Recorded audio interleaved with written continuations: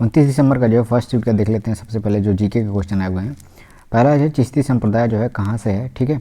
तो ये अजमेर से है। अगर इंडिया में पूछा गया तो अजमेर से है, लेकिन ओरिजिन जो है इसका अफगानिस्तान में एक चिश्त नगर था, ठीक है, वहाँ से जो है इसका ओरिजिन था, ठीक है। तो अगर ऑल ओवर इंडिया वर्ल्ड में पूछता है तो अफगानिस्तान, और इंडिया में जो है उसका जो है ओरिजिन है वो अजमेर से है। उसके बाद से INC मतलब इंडियन नेशनल कांग्रेस के संस्थापक कौन थे, ये सबको पता है, एओ ह्यूम। सर्वग्राही रक्त समूह, ठीक है। तो यूनिवर्सल रेसिपिएंट्स जो है वो AB पॉजिटिव है। कोशिका की खोज करता है रॉबर्ट हुक, सबको पता है।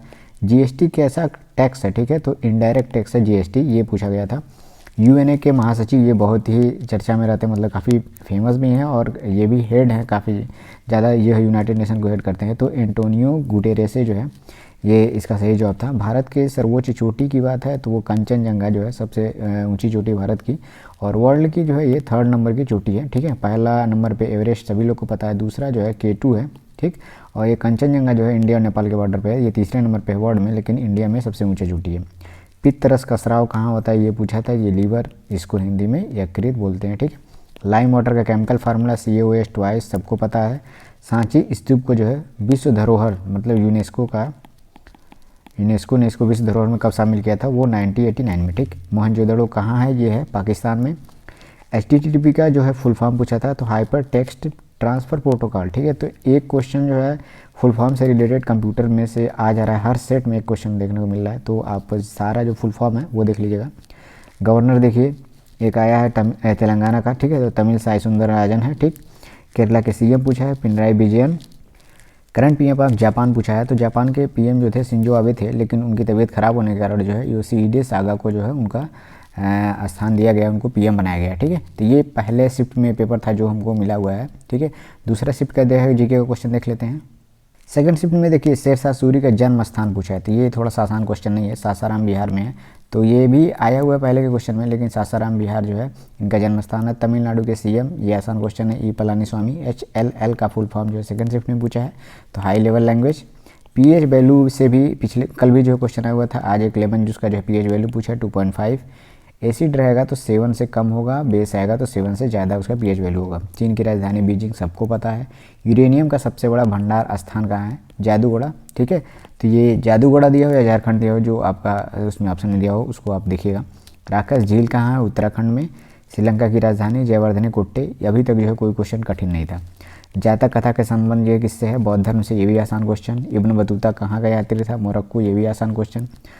भारत के पहले राष्ट्रपति, ये तो सबको पता है, राजेंद्र प्रसाद। कैबिनेट मिशन कब आया था, ठीक है, तो ये डेट आपको याद रखना था 1946। ये भी बहुत बार जो है पूछा जा चुका है प्रीवियस ईयर में। गीत गोविंद के लेखक, ये थोड़ा सा कम लोगों को पता होगा, तो जयदेव हैं, बहुत लोगों को पता भी होगा, ये बहुत ही फेमस बुक है गीत गोविंद। पहला सांप्रदायिक निर्वाचन प्रणाली, ठीक है, तो ये भी आसान क्वेश्चन है। 1909 मार्ले मिंटो ने जो है सांप्रदायिक मतलब भारत में भारत और हिंदू मुस्लिमों के लिए अलग निर्वाचन प्रणाली का जो है यूज किया था। भारतीय संविधान के पिता, ये भी बहुत आसान क्वेश्चन, भीमराव अम्बेडकर।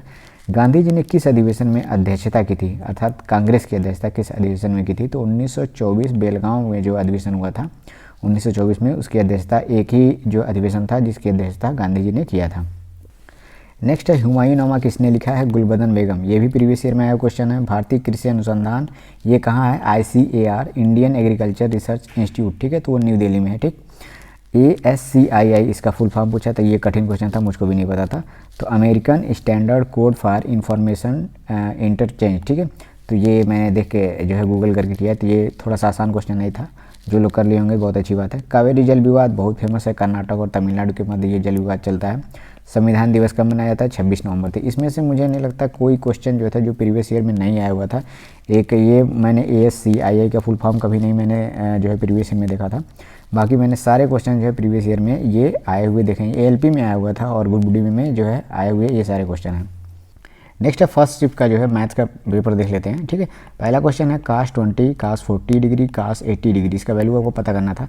तो ये एक फॉर्मेट बनता है cos थीटा, cos 2 थीटा और cos 4 थीटा का फॉर्मेट बनता है। तो इसकी वैल्यू होती है 1/4 cos 3 थीटा, ठीक है। थीटा की वैल्यू यहाँ पे क्या है, पहले 20 डिग्री है, तो 20 डिग्री रख के इसका वैल्यू आप निकाल सकते हैं। दिया है एवरेज ऑफ एनी डाटा, कोई डाटा दिया हुआ था जिसका एवरेज औसत जो है 45 था, लेकिन उसमें गलती से 46 की जगह पे 83 लिखा गया था। तो एक्चुअल में पूछा था अगर हम 83 लिखने पे जो है 45 आया था, अगर हम जो है उसको करेक्ट करके 46 उसके स्थान पे लिख देते हैं तब उसका करेक्ट एवरेज क्या होगा। तो ये भी बहुत आसान है, इसको करिएगा। देखिए मैं सॉल्व नहीं करा रहा हूँ क्वेश्चन, जो है आपको बता दे रहा हूँ किस टाइप के क्वेश्चन आ रहे हैं, ठीक है। तीसरा नंबर क्वेश्चन कह रहा है कि देखिए 210 गुणे 36 गुणे 53 गुणे 75 जो है इसके कितने फैक्टर जो है 2160 से डिविजिबल होंगे। ये भी आसान क्वेश्चन है नंबर सिस्टम से, ये भी हो जाएगा। चौथा क्वेश्चन देखिए कह रहा है कि ए बी सी का जो है ए बी और सी जो है तीनों मिलके काम को 5 दिन में करते हैं, बी सी डी 10 दिन में, सी डी ए 15 दिन में और डी ए बी जो है 30 दिन में करते हैं। कह रहा है कि अगर जो है ए बी सी डी चारों मिल के काम करते हैं तो कितने दिनों में करेंगे। तो ये भी सिंपल है, एलसीएम लेके जो टोटल वर्क डन निकाल लेंगे, फिर डिवाइड करके जो है सबकी एफिशिएंसी निकाल के जोड़ देंगे, फिर ऐसे वैल्यू निकल जाएगी A plus B plus C plus D का, ठीक है। पाँचवा देखिए 2x प्लस 5y का वैल्यू 12 दिया है, xy की वैल्यू 8 दिया है, तो 8x cube plus 125 y cube की वैल्यू निकालना है। तो सिंपल है, इस वैल्यू का आप होल क्यूब कर देंगे और उसमें जो है होल क्यूब करेंगे। 3ab जो फार्मूले में आता है तो 3ab की जगह पे 3ab की जगह पे वैल्यू 2x और 5y हो जाएगा। तो जब मल्टीप्लाई करेंगे तो xy की वैल्यू यहाँ पे 8 जो पुट कर देंगे तो इसकी वैल्यू निकल जाएगी, ठीक। नेक्स्ट क्वेश्चन है 8 के पावर 10, 9 के पावर 7 और 7 के पावर 8 इसके कितने प्राइम फैक्टर होंगे, ठीक है। प्राइम मतलब अभाज्य फैक्टर होंगे। तो 8 को जो है प्राइम फैक्टर में बदलने के लिए 2 के पावर क्या लिख सकते हैं, 2 के पावर 3 के पावर 10 लिख सकते हैं, ठीक है। तो 10 और 3 का मल्टीप्लिकेशन हो जाएगा तो वो 30 हो जाएगा वो, ठीक है। इसको लिख सकते हैं 2 के पावर 30 के फॉर्म में लिख सकते हैं, 9 को लिख सकते हैं 3 के पावर 7 दूना 14 के फॉर्म में, ठीक है। 7 को के पावर 8 फॉर्म में रहेगा ही। तो इसकी जितनी पावर है तीनों को ऐड कर देंगे, ठीक। नेक्स्ट 7 नंबर क्वेश्चन देखिए क्या दिया है, 5 CP मतलब 5 वस्तुओं का क्रय मूल्य जो है 8 वस्तुओं के सेलिंग प्राइस के बराबर है, ठीक है। कह रहा है कि परसेंटेज प्रॉफिट निकालिए, परसेंटेज जो है लॉस जो भी था पूछा होगा वो निकालने के लिए, तो वो निकल जाएगा आपका 5 CP जो बराबर होगा 8 SP के। तो CP अपॉन SP ये वैल्यू हो जाएगी 8/5 की, ठीक है। अब जाहिर सी बात है क्रय मूल्य की वैल्यू ज़्यादा है, सेलिंग प्राइस की वैल्यू कम है, तो उसको नुकसान हुआ होगा, ठीक है। तो परसेंटेज लॉस जो है यहाँ से निकाल लेंगे, कितने का नुकसान हो रहा है, 3 का नुकसान हो रहा है, किस पे, 8 पे, ठीक है। परसेंटेज के 100 से गुणा कर देंगे, परसेंटेज निकल जाएगा। 8वां क्वेश्चन देखिए, एक ट्रायंगल दिया हुआ था, इसमें एक एंगल का मान 30 डिग्री दिया था, आधार का मान 25 दिया है, तो लंब का मान जो है आपको x की वैल्यू आपको निकालनी है। तो सिंपल जो है tan थीटा का फॉर्मूला यूज करेंगे, आपका हो जाएगा, ठीक है। 9वां क्वेश्चन देखिए, LCM और HCF का योग दिया हुआ है 396, फर्स्ट वैल्यू दिया हुआ है, डिफरेंस दोनों का दिया हुआ है, तो सेकंड वैल्यू। ये भी बहुत आसान क्वेश्चन है। देखिए सारे क्वेश्चन जो है मतलब मैं कोई भी क्वेश्चन नहीं देख रहा हूँ जो काफ़ी नया हो, एक आध क्वेश्चन जो नए होंगे तो वो बाहर निकल के नहीं आ पा रहे, क्योंकि जाहिर सी बात है कि सबको सारे क्वेश्चन तो याद हो नहीं पाते हैं। जो क्वेश्चन वो कर ले जाता है वही क्वेश्चन जो वो बाहर जो है रिव्यू में आ पाते हैं, ठीक है। तो एक आध क्वेश्चन को डिफिकल्ट मान लिया जाए, 2 क्वेश्चन 3 क्वेश्चन को, तो बाकी सारे क्वेश्चन जो है प्रीवियस ईयर के पेपर के सेट की तरह ही हैं। आप जो लोग सॉल्व किए होंगे उसको देखिएगा कि वैसे ही क्वेश्चन आपको देखने को मिल रहे हैं, ठीक है। तो बाकी आप रिव्यू देखते रहिए, लेकिन आपको जो भी रिवीजन कर रहे हैं, रिवीजन आपका बहुत ज़रूरी है, वो करते रहिए, ठीक है। थैंक यू दोस्तों, ऑल द बेस्ट।